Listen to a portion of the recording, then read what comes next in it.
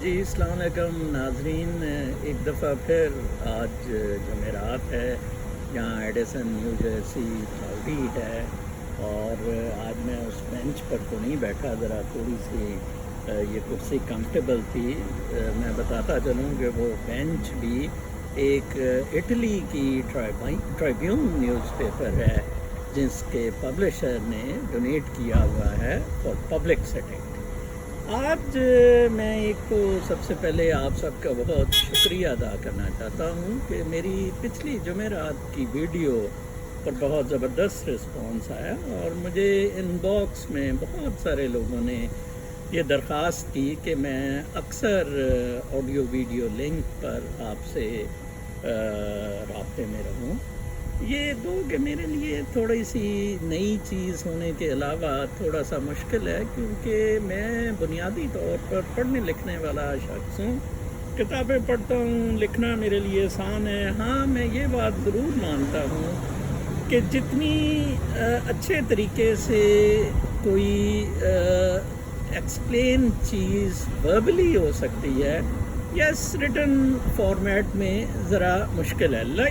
جیسے میرے آج کے آپ بلاگ کو لیں، آج کا بلاگ ایک بہت اچھا کامنٹ ایک دوست نے اس پر دیا کہ ڈاکٹر شاہد قریشی کی ایک لنڈن پوسٹ پر 12 تاریخ کا اپریل کا مضمون میں نے کوٹ کیا ہے۔ ایکچولی یہ جو ڈاکٹر شاہد قریشی کا نیریٹو ہے، تھرو آؤٹ یہ میرا نیریٹو رہا ہے۔ میں نے ہمیشہ کہا ہے کہ ہم اس ملک کو بیوروکریسی اور سیاست دانوں کے حوالے سے ٹھیک کرنا ہی نہیں چاہتے ہیں۔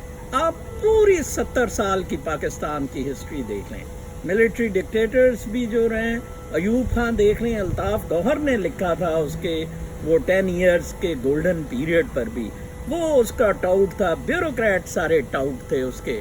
سملرلی جنرل ضیاء کے یہ سارے رویداد خان، غلام اسحاق خان وغیرہ، اور پھر اس کا وہ اپنا پالتو کتا اس نے میجر قمر زمان رکھا ہوا تھا۔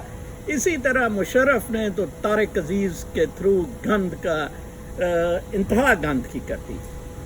بنیادی طور پہ پاکستان اسٹیٹ کے رائٹس جو ان سے ہیں، executive rights vest with the secretary of state to the government of Pakistan اور جو منسٹر انچارج ہے اس محکمے کا، نن ایلس۔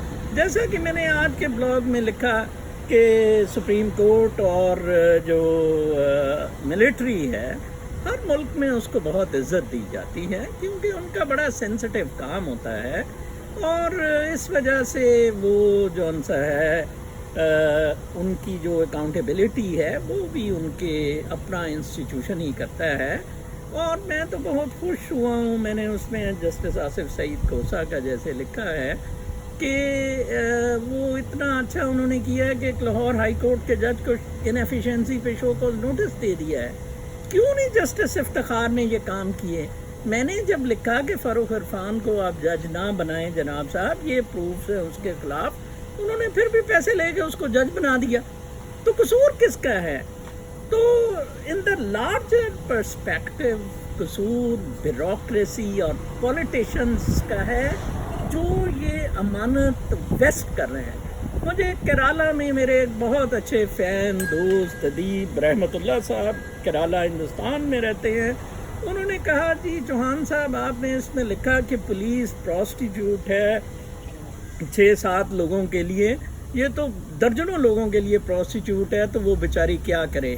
میرا ان کو جواب یہ ہے کہ جناب صاحب ایک کانسٹیبل کی بھرتی کے لیے کوئی 2 درجن 3 درجن یا سینکڑوں ایم اے اور بی اے پاس درخواست دیتے ہیں۔ پاگل ہیں؟ کیوں درخواست دیتے ہیں؟ کس نے آپ کو کہا ہے کہ جی آپ پولیس سروس جوائن کریں؟